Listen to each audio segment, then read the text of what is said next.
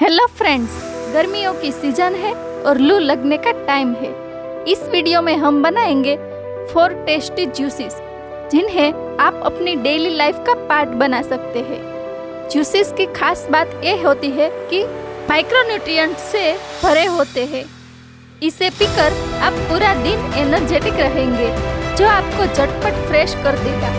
और अगर कभी आपके घर में फ्रेंड्स या गेस्ट आते हैं तो उन्हें भी सॉफ्ट ड्रिंक्स की जगह जूसेस सर्व कर सकते हैं। तो आज हम बनाएंगे 4 टाइप के बेस्ट जूसेस।